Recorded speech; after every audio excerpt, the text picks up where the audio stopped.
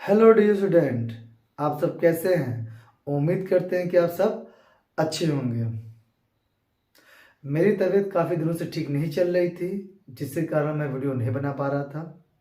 तो काफ़ी समय हो गया था कि एक दो वीडियो बना दिया जाए, और ठंडी का मौसम भी चल रहा है। तो आइए स्टार्ट करते हैं। एक टॉपिक पढ़ाने वाला हूँ। उस टॉपिक का नाम है कि एक समान विद्युत क्षेत्र में यदि विद्युत द्विध्रुव रखे जाएं तो उस पर लगने वाला बल गुण कितना होगा, और इसे इंग्लिश में बोलते हैं torque acting on electric dipole in uniform electric field. आइए स्टार्ट करते हैं। ठीक है, तो देख लीजिए, लिखा है एक समान विद्युत क्षेत्र में रखे विद्युत द्विध्रुव पर लगने वाला बल आघूर्ण कितना होगा। तो सबसे पहले हम बात करते हैं यूनिफॉर्म इलेक्ट्रिक फील्ड की। हम बात करते हैं कि मान लीजिए ये कोई यूनिफॉर्म इलेक्ट्रिक फील्ड है। ठीक है,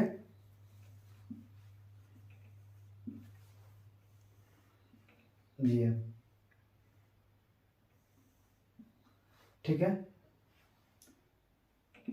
हमने यहाँ रखा इलेक्ट्रिक डाइपोल रखा, ये माइनस क्यू है, ये प्लस क्यू है। कितने एंगल पर? थीटा एंगल पर रखा। ये पॉइंट मानते हैं क्या, ये सेंटर इलेक्ट्रिक डाइपोल का। तो इसकी लेंथ पूरी कितनी होती है? 12 होती है। आप इसको L मान लीजिए और इसको भी आप L मान लीजिए। ठीक है, अब देखिए, आपको पता है अगर डाइपोल रखा गया है फील्ड में तो इस चार्ज के ऊपर एक फोर्स लगेगा। वो कितना लगेगा? F बराबर Q इंटू ई लगेगा। इस पर कितना लगेगा? F बराबर Q इंटू ई लगेगा। ठीक है, अब देखिए, अगर ये फोर्स इधर लग रहा है, ये फोर्स इधर लग रहा है, तो आप बताइए, तो अगर इधर लगेगा तो ये फोर्स इसको इधर घुमाएगा, ये फोर्स को इधर घुमाएगा। किसके अकॉर्डिंग? सेंटर ऑफ मास के अकॉर्डिंग क्या करेगा? ये घूमना स्टार्ट कर जाएगा। फिर सुनिए, अगर इस चार्ज के ऊपर फोर्स इधर लग रहा है, इस चार्ज पर फोर्स इधर लग रहा है, तो ये क्या करेगा? ये घूमना स्टार्ट करेगा। किसके अबाउट? सेंटर ऑफ मास के अबाउट घूमना स्टार्ट कर देगा। अगर ये दोनों फोर्स अगर ऐसे होते हैं, अगर लाइन ज्वाइनिंग होता, ठीक है, एक इधर लगे और एक इधर लगता, तो ये रोटेट नहीं करता। ठीक है, यानी कि ये दोनों, ये लाइन ज्वाइनिंग में फोर्स नहीं है। इस वजह से ये फोर्स जब इधर लगेगा, ये इधर लगेगा, तो ये घूमना स्टार्ट करेगा according to centre of mass के अबाउट। बात क्लियर है? तो अब लगता कैसे है? तो अगर अगर इसके अबाउट अगर लगेगा, ठीक है, और घूमना स्टार्ट करेगा, तो लगता है क्या? टॉर्क लगता है, टॉर्क। तो टॉर्क क्या होता है? तो टॉर्क का फॉर्मूला होता है फोर्स इनटू परपेंडिकुलर डिस्टेंस। अगर इधर फोर्स लग रहा है तो इस फोर्स अगर लगा तो आपको क्या चाहिए? परपेंडिकुलर डिस्टेंस चाहिए। किसके अबाउट? सेंटर ऑफ मास के अबाउट चाहिए। यानी कि इसका जो एक्सिस होगा वो कहाँ होगा? ये बाहर और ये अंदर होगा। ठीक है, तो हम यहाँ तो बना नहीं सकते हैं, हम कहाँ बनाएंगे? इस फोर्स के लिए हम यहाँ बनाते हैं, ये एक्सिस हो गया, और इस फोर्स के लिए हम कहाँ बनाते हैं? हम यहाँ पर बनाते हैं। अब क्लियर हो गया? अब एक टॉर्क यहां लग रहा है, एक टॉर्क यहां लग रहा है, तो अब बताइए, तो नेट टॉर्क कितना होगा? आप पाओगे टाउ 1 प्लस टाउ 2। तो टॉर्क क्या होता है? F इंटू परपेंडिकुलर डिस्टेंस, और F इंटू परपेंडिकुलर डिस्टेंस। बात क्लियर? F कितना है? Q इंटू ई। डिस्टेंस क्या है? आप x मान लीजिए। अगर ये x है तो ए भी क्या होगा? आपका x होगा। ठीक है, यहां प्लस होगा बीच में। ये कितना है? Q इंटू ई। तो देखिए, ये जो माइनस है ना, ये माइनस से प्लस, ये क्या है? डायरेक्शन है। It is not a value. Plus माना डायरेक्शन होती है। ठीक है, अवे और टूवर्ड होती है। तो F Q इंटू ई, हो जाएगा, यहाँ पर x हो जाएगा। आप ऐड कर दीजिए, क्या आएगा 2QE x आ जाएगा। इतना आपको आ गया क्या, नेट टॉर्क आ गया। अब आप देखिए यहां से, अब आपको क्या चाहिए, अब आपको चाहिए x की वैल्यू चाहिए, और x की वैल्यू यानी कि ये जो फोर्स लग रहा है, जो इतने डिस्टेंस लग रहा है, वो x कितना है। अगर फोर्स लगाओगे तो कितने डिस्टेंस में लगाओगे, x डिस्टेंस लगाओगे जो आपने माना है, वो कितना लग रहा है, तो निकालो फ्रॉम फिगर से, फ्रॉम फिगर से। अगर थीटा है तो परपेंडिकुलर, हाइपोटेन्यूस और ये बेस, तो आप पाओगे परपेंडिकुलर पता है आपको, हाइपोटेन्यूस पता है, तो कौन आएगा साइन थीटा। क्या होता है p बाई पी से परपेंडिकुलर, एस हाइपोटेन्यूस, p कितना दिया आपका x दिया है, वहां पर l दिया हुआ है, तो यहाँ s की वैल्यू क्या आ जाएगा l साइन थीटा। इसको यहाँ पर पुट कीजिए इस क्वेश्चन में, तो देखिए कितना आ जाएगा, टाउ नेट आपका आ जाएगा 2QEL साइन थीटा। अब आपको ये बात पता है यहाँ से कि 2QL क्या होता है, इलेक्ट्रिक डायपोल मोमेंट होता है, यानी विद्युत द्विध्रुव आघूर्ण होता है। हम इस बात को यहाँ पर लिख देते हैं, P बराबर क्या आता है Q इंटू 12 आता है।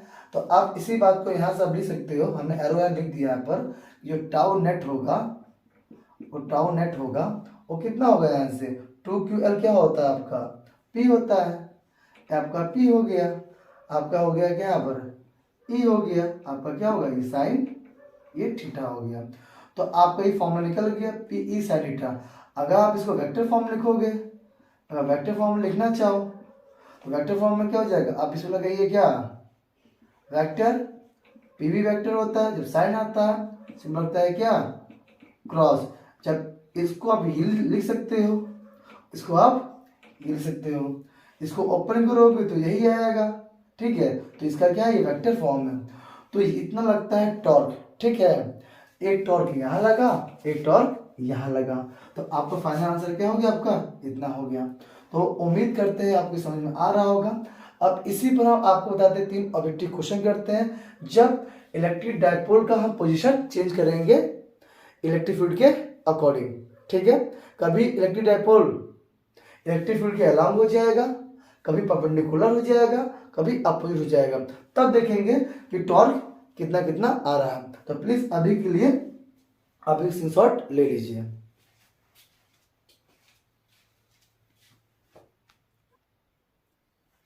अब क्वेश्चन देखिए नोट में, अगर मैं आपसे पूछूं, ठीक है, यदि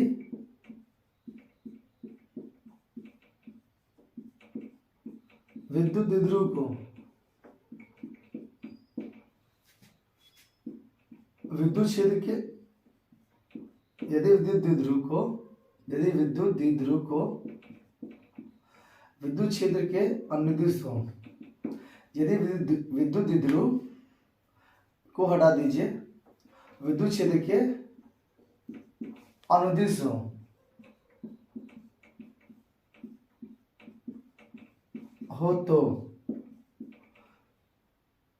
तो लगने वाला बल आघूर्ण, लगने वाला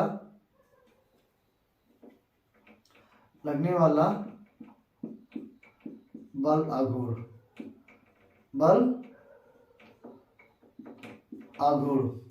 आप इंग्लिश में इसको ऐसे कह सकते हैं, if electric dipole along the electric field that act on torque.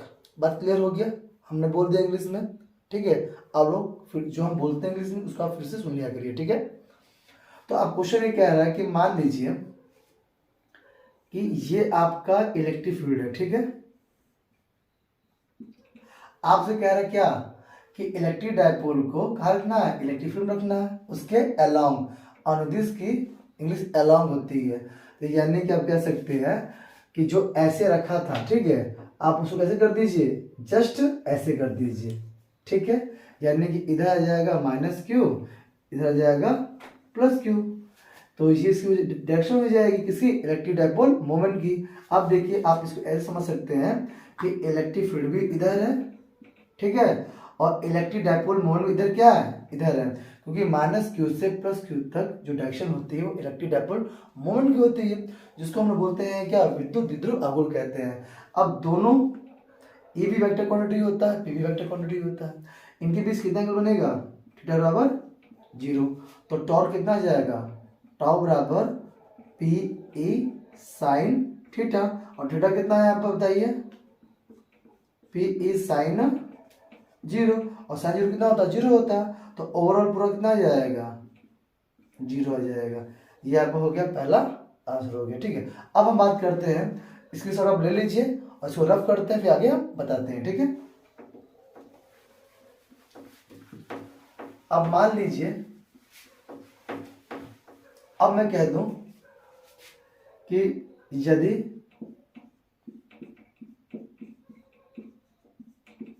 विद्युत द्विध्रुव को विद्युत क्षेत्र के लंबवत, विद्युत क्षेत्र के लंबवत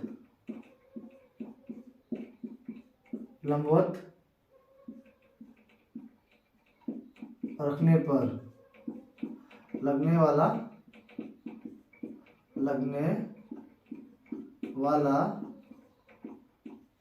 बल आघूर्ण। अब बताइए, अभी तक कैसा था, अभी तक आपने ऐसा रखा था, ठीक है। आप कैसे रखिए इसको, अब इसको आप ऐसे रख दीजिए, ठीक है। यानी कि मान लीजिए ये आपका इलेक्ट्रिक फील्ड हो गया, ठीक है।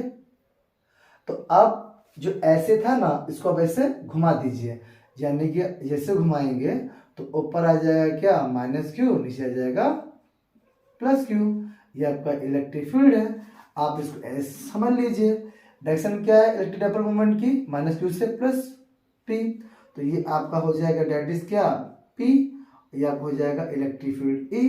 तो कितना डिग्री यहाँ से, 90 डिग्री, तो टॉर्क कितना हो जाएगा, पी ई साइन 90, और साइन 90 कितना होता है, 1 होता है, तो टॉर्क बराबर पी ई, ठीक है, साइन 90 1 होता है, तो इतना आपका आ जाएगा, ठीक है। तो 90 डिग्री पर टॉर्क कितना आ गया, पी इंटू ई, ठीक है। तो उम्मीद करते हैं आपको बहुत अच्छे समझ में आ रहा होगा, ठीक है। अब हम बताते हैं कि इसके अपोजिट, इलेक्ट्रिक फील्ड के अपोजिट रखेंगे जब इलेक्ट्रिक डायपोल को, तो कितना आएगा टॉर्क, ठीक है। रफ करते हैं।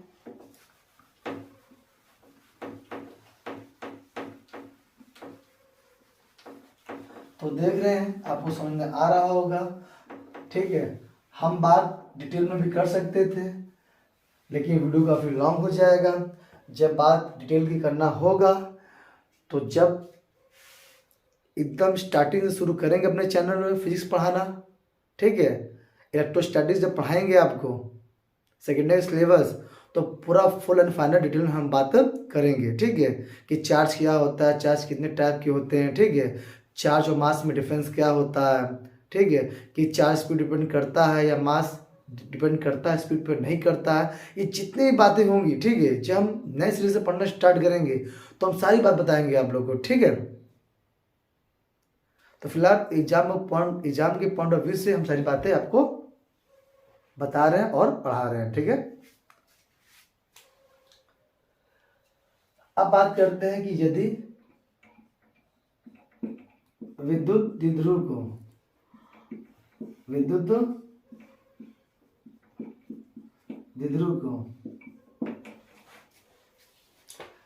क्षेत्र के विपरीत,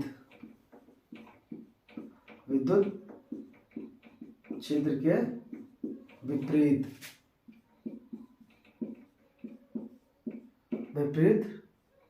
रखा जाए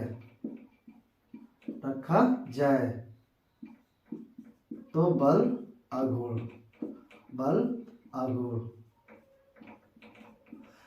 तो आप कह सकते हैं if electric dipole opposite to electric field that torque, ठीक है।